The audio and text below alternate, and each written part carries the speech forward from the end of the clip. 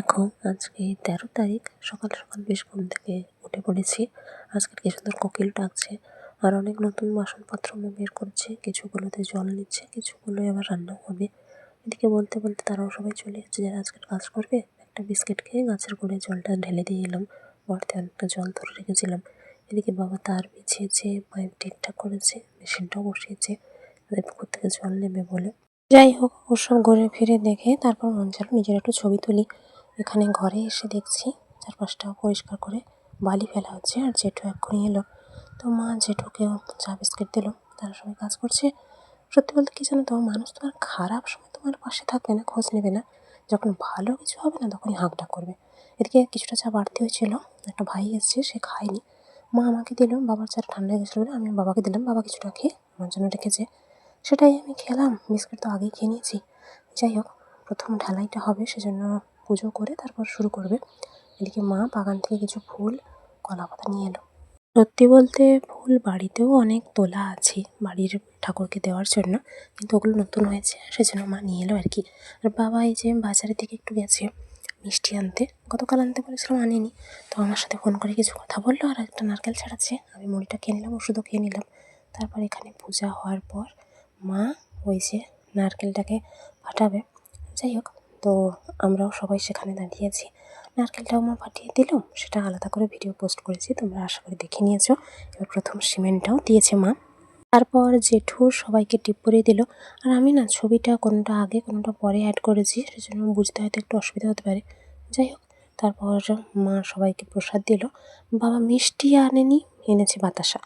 যাকে, তো সবার ভাগে হয়েছে, মার ভাগে পড়েনি। মাকে বলছিলাম একটু বেশি দিতে, মা দেয়নি।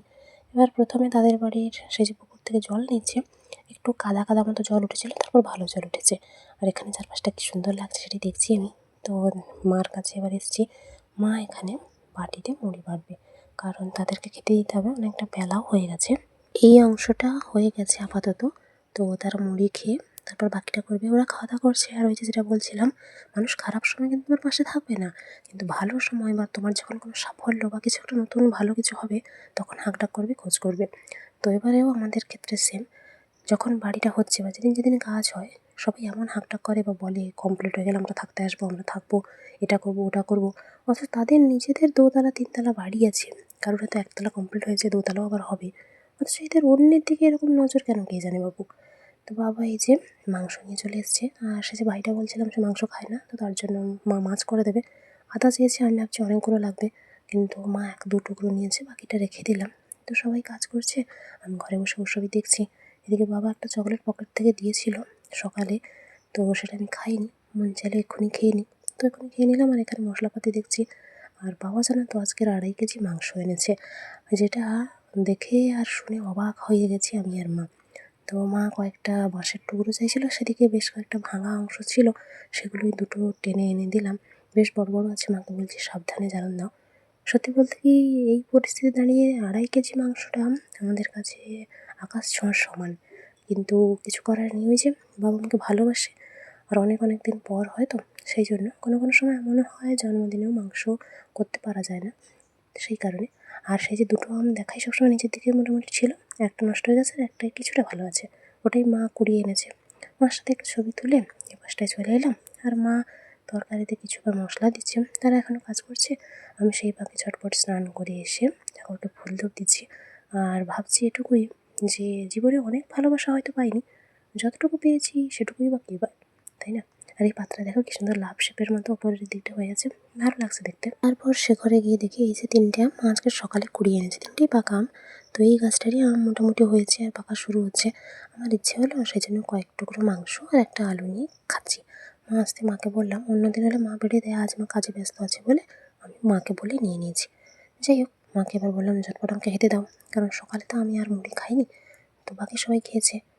তো আমি খাচ্ছি, খেতে খেতে একজনের সাথে কথাও বলছি। কথা বলছি, এত হাসছি, যা কী আর করবো। যাকে, বলতে বলতে খাওয়া প্রায় শেষের দিকে। মন চাইলে কয়েকটা ছবিও তুলি। আমি যদিও খেতে খেতে এরকম ছবি তুলি না, ইচ্ছে হলো তাই তুললাম আর কি। যেহেতু ঢালাইয়ের কাজ হচ্ছে, সেহেতু অনেকটা বেলা হয়েছে। আর একজন কাকু আর সে ভাইটা, ওরা আর স্নান করেনি। হঠাৎ দেখে একজন দাদা ফোন করেছে, কী দরকার কে জানে। তো বাবার ফোনে ফোন করেছিল 2-3 বার। এবার সেই যে মিস্ত্রি কাকু আর এই জেঠু ওরা স্নান করেছে, অবশ্য স্নান করে এসে খেতে বসেছে। লঙ্কা করছিল, তো আমি বাগানের গাছ থেকে 4টা লঙ্কা তুলে এনে দিলাম।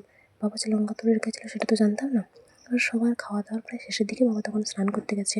যে 4টা লঙ্কা এনেছিলাম মিস্ত্রি কাকু 2টো খেয়েছে, আর সে জেঠুও 2টো খেয়েছে। এবার মিস্ত্রি কাকু মাংস খুব একটা খায় না, এমনিতে গরম করেছে, বলেছিল 2-1 পিস দিতে। মার অতিরিক্ত দরদে মা দিয়েছে 6 পিস, সে 2 পিস খেয়েছে, বাকি 4 পিস নষ্ট। এই আর কি। একটা পাকা লঙ্কা ছিল হাঁড়ির উপরে, মা বললো সেটা এনে দিতে বাবাকে, সেটা দিলাম, বাবা খাচ্ছে। এবার জল তো তেমন খায়নি, আবার মাঝে একটু জলও খাচ্ছে। জিনিসপত্র প্রায় শেষের দিকে, সেটাই দেখছি আমি। আজকের ওই যে রড হোক বা অন্যান্য যা কিছু সেগুলো কোনো বাড়তি হয়নি। একমাত্র জেঠু এখনো আছে, বাবার সাথে একটু কথা বলছে।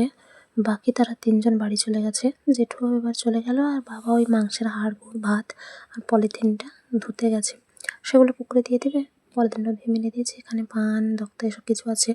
ভাত, মাংস আর চাটনি কিছুটা বাড়তি হয়েছে, তো ওটা পরে খেয়ে নেওয়া হবে রাতে। আর এই যে দেখো বাবা হয়েছে কয়েকটা লঙ্কা তুলে এনেছিল, যেগুলোর কথা বলছিলাম, তো খেয়াল করিনি। এখানে লক্ষ্য রাখছে, এগুলো সব 4-5টা দেখছি। বেরিয়ে এসে পরে মা সেগুলোকে গোছগাছ করে ঢুকিয়ে দিয়েছে। এর 2 পায়ে 2 রকম যে জুতো দেখা যেত, সেটাও আজকে সকালে ছিঁড়ে গেছে। অগত্যা আমার আর একটা পাতলা জোড়া জুতোই পরুক আর কি। আমি মোটামুটি একটু তাড়াতাড়ি খেয়েছি বলা চলে। মা বাবার খেতে খেতে এই যে 3:30 বেজে গেল। আমার এতক্ষণে 1 গ্লাস জলও বাড়তি খাওয়া হয়ে গেল। তারপর এসে শুয়েছি, আর মা একসময় শুয়েছিল, বাবাও শুয়েছিল। এদিকে যখন ঘুম থেকে উঠে দেখি প্রায় অন্ধকার হতে যায়। ওদের বাড়ির কিছু মাল পাঠিয়েছে, তো বাবার ফোল্ডারটাও দেখছিলাম, মার সাথে বসে একটু গল্প করলাম। ঘরটা একটু একটু করে বদলে যাচ্ছে, দেখতে কষ্ট হচ্ছে জানো তো। মার সন্ধ্যে দেওয়া হয়ে গেছে, আমি কয়েকটা ফুলও তুলে আনলাম, তো সেগুলো রেখে দিয়েছি। আর বার আমি মিলে বালিটাও চাপিয়ে দিয়েছি, অবশ্য কাপড় আর পলিথিন দিয়ে। আর ঘরে এসে দেখি মা এখানে একটু কাজ করছে। আমি টুকটাক ভিডিও বানালাম। আজকে চা বিস্কিটে সন্ধ্যাবেলা খেয়েছি, মার পাটা প্রচণ্ড ব্যথা করছে বলে একটু টিপে দিলাম। যাই হোক, মা তারপর তো ওঠেনি, আমি চাটা একটু দেরিতে খেয়েছি। এদিকে বড় মিঠি ফোন করছে, মা তখন উঠেছে ঘুম থেকে। আমি মাকে বললাম চা বিস্কিটটাও খেয়ে না। মা কথা বলতে বলতে খেয়ে নিল, আমার সময় হয়ে গেছে, আমি তখন ওষুধটা খেয়ে নিলাম। এদিকে হাত দেখলাম একটা জায়গায় কেটে গেছে, গভীরভাবে ব্যথাও প্রচুর। বাবা একটু ফোন করলো, বাবার সাথে আজকে সারাদিন এতটুকুই কথা হয়েছে। ওখানে বালিগুলোর বাবা টেনে নিচে নামাচ্ছে। আর এই যে রাতের মেনু এটুকুই, হেঁটে হেব্বি লাগছে। যাই হোক, খাওয়া দাওয়া শেষ করে ওখানটা ঢালাইয়ের পাশে বসে একটু ছবিটা তুলছিলাম। সত্যি বলতে ঘরগুলো ছোটো হয়ে যাচ্ছে, তো ভালো লাগছে না কেন জানি না। যাকে, ফুলও তো প্রায় ফুটে গেছে, জবাগুলো ফোটেনি। টুকটাক ছবি তুলে বাবার পায়ে বরফ লাগিয়ে দিয়ে ঘুমোতে গেলাম। টাটা।